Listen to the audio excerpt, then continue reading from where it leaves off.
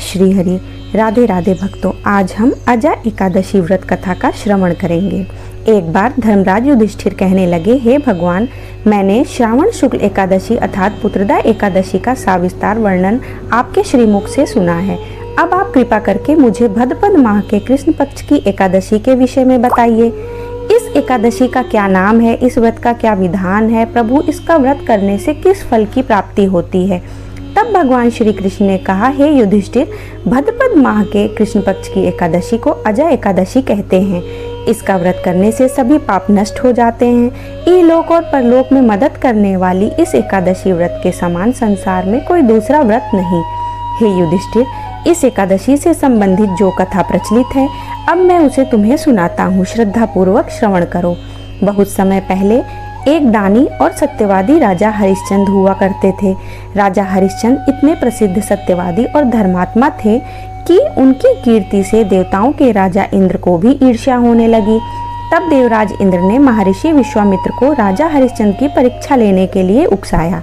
इंद्र के कहने से महर्षि विश्वामित्र जी ने राजा हरिश्चंद्र को योग बल में एक ऐसा स्वप्न दिखलाया कि राजा स्वप्न में ऋषि को सब राज्य दान कर रहे हैं। दूसरे दिन महर्षि विश्वामित्र अयोध्या आए और अपना राज्य मांगने लगे। स्वप्न में किए गए दान को भी राजा ने स्वीकार कर लिया और विश्वामित्र जी को सारा राजपाट दे दिया।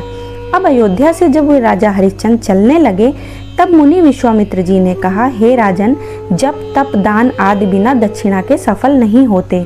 राजपाट तो तुम पहले ही दे चुके हो, अब दक्षिणा कैसे दोगे। तब महाराजा हरिश्चंद्र ने महर्षि विश्वामित्र से दक्षिणा देने के लिए 1 माह का समय लिया और काशी आ गए। काशी में आकर उन्होंने पहले अपनी पत्नी रानी शैव्या को एक ब्राह्मण के हाथ बेच दिया। राजकुमार रोहितांश छोटा बालक था। प्रार्थना करने पर ब्राह्मण ने उसको उसकी माता के साथ रहने की आज्ञा दे दी और स्वयं राजा हरिश्चंद्र ने अपने आप को एक चांडाल के हाथ बेच दिया। इस प्रकार राजा हरिश्चंद्र ने ऋषि विश्वामित्र को 1000 मोहरे दक्षिणा में दे दी। अब महारानी शैव्या ब्राह्मण के घर में दासी का काम करने लगी। चांडाल के सेवक होकर राजा हरिश्चंद्र शमशान घाट की चौकीदारी करने लगे। राजा हरिश्चंद्र शमशान के मृतकों में परिजनों से दाह संस्कार के बदले कर वसूली लेने का काम करते थे। कई बार उनके सामने धर्म संकट की स्थिति भी बनी, लेकिन वे सत्य और कर्तव्य के मार्ग से बिल्कुल भी विचलित नहीं हुए। फिर एक दिन शमशान भूमि की तरफ गौतम ऋषि आ गए। राजा ने ऋषि को प्रणाम किया। गौतम ऋषि ने कहा, राजन, किसी पूर्व जन्म के पाप के कारण आपकी यह दशा हुई है। यदि तुम भद्रपद माह के कृष्ण पक्ष की एकादशी का व्रत करो और अजा एकादशी व्रत की कथा सुनो तो तुम्हारा इस स्थिति से उद्धार हो जाएगा। राजा ने ऋषि की बात मानी और अजा एकादशी का व्रत करने लगे। एक दिन राजकुमार और हितांश ब्राह्मण की पूजा के लिए फूल चुन रहे थे कि उसे एक सांप ने डस लिया। सांप का विष झटपट राजकुमार के शरीर में फैल गया और राजकुमार रोहितांश धरती पर गिर पड़े। उनकी माता महारानी शैव्या को अब ना कोई धीरज बंधाने वाला था, ना ही कोई उनके पुत्र की देह को शमशान पहुंचाने वाला था। तब रानी शैव्या रोती बिलखती पुत्र के शव को लेकर शमशान पहुंची तो पुत्र के शव को देखकर राजा हरिश्चंद्र का कलेजा भर आया, क्योंकि उस समय राजा शमशान घाट में मृतों के शवों का दाह संस्कार करने का काम किया करते थे। इसलिए अपनी पत्नी से अपने पुत्र की मृत्यु का सारा वृतांत सुनकर राजा हरिश्चंद्र ने कहा कि रानी, इस समय मैं अपने कर्तव्य में बंधा हुआ हूँ। जो भी यहाँ दाह संस्कार के लिए आता है उसे कर के रूप में कुछ न कुछ देना पड़ता है। अब रानी के पास तो देने के लिए कुछ भी नहीं था। राजा हरिश्चंद्र को बड़ा दुख हुआ, किंतु वे अपने धर्म पर स्थिर बने रहे। दोनों ही इस दुख की घड़ी में भगवान को याद कर रहे थे।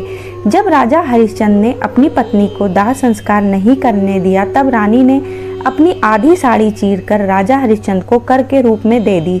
भगवान भी यह सब कुछ देख रहे थे। तब राजा हरिश्चंद्र की कर्तव्य प्राणता को देखकर वे भगवान नारायण, देवराज इंद्र, धर्मराज आदि देवता और महर्षि विश्वामित्र भी प्रकट हो गए। उन्होंने उनके मृत पुत्र को फिर से जीवित कर दिया और राजा हरिश्चंद्र को उनका खोया हुआ राजपाट भी वापस लौटा दिया। तो इस प्रकार अजय एकादशी व्रत के पुण्य प्रभाव से राजा हरिश्चंद्र के समस्त दुखों का निवारण हो गया। सत्य के प्रभाव से राजा हरिश्चंद्र महारानी शैव्या के साथ भगवान के धाम में चले गए।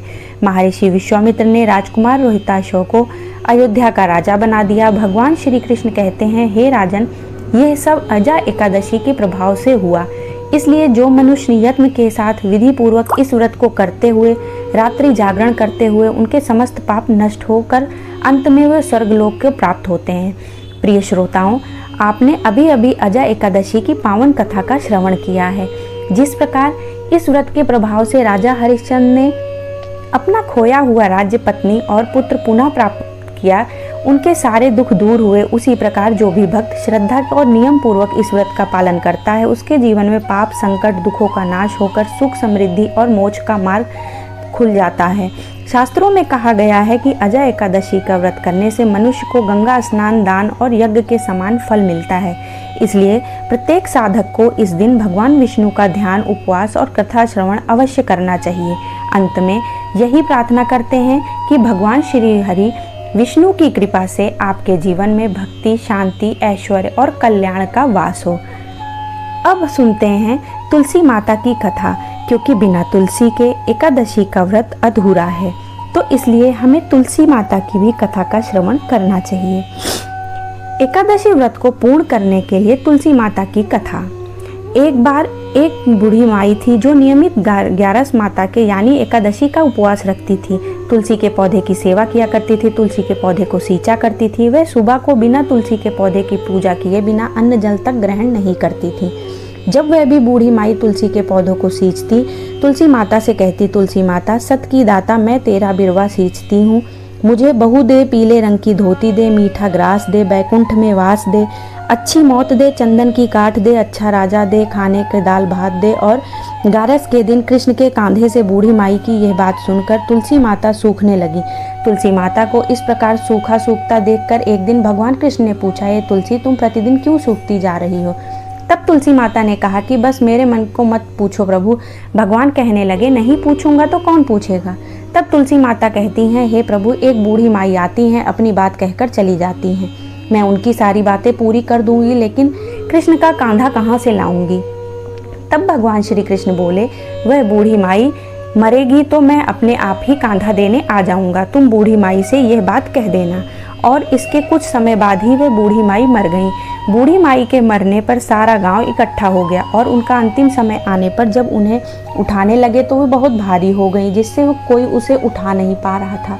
सब कहने लगे, ये तो बहुत धर्मात्मा थी, बहुत संस्कारी थी, खूब पूजा पाठ करती थी, कोई पाप नहीं करती थी, फिर पता नहीं क्यों इतनी भारी हो गई।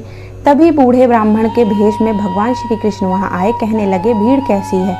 तब गांव वाले बोले कि एक बूढ़ी माई मर गई हैं और आज एकादशी का दिन है। वो इतनी पापिन थी कि उसकी अर्थी उठाई नहीं उठ रही, यह तो बहुत भारी हो गई। भगवान बोले, मुझे इनके कान में कुछ कह लेने दो, फिर ये उठ जाएंगी। तब भगवान श्री कृष्ण ने बूढ़ी माई के पास गए और चुपके से उनके कान में कहा, हे बूढ़ी माई, तू अपने मन की कर ले, पीताम्बर की धोती ले, मीठा मीठा ग्रास ले, बैकुंठ में वास ले, चटक की चाल ले, चंदन की काठ ले, झालर की झनकार ले, दाल भात को जीव और श्री कृष्ण के कांधा ले। भगवान ने सारी बातें सुनकर बूढ़ी माई तो हल्की हो गई और तब भगवान कृष्ण उन्हें अपने कांधे पर लेकर गए। इस प्रकार बूढ़ी माई को मुक्ति मिल गई और वह बैकुंठ लोक को चली गई। हे तुलसी माते, जैसे आपने उन बूढ़ी माई को मुक्ति दी है, ऐसे ही सभी को मुक्ति देना। जैसे भगवान कृष्ण ने उन्हें कांधा दिया, वैसे ही हम सबको भी देना। प्रेम से बोलिए, जय श्री कृष्ण। भगवान की जय हो, तुलसी माता की जय हो। जय श्री हरि, जय श्री हरि, जय श्री हरि, जय श्री हरि, जय श्री हरि, जय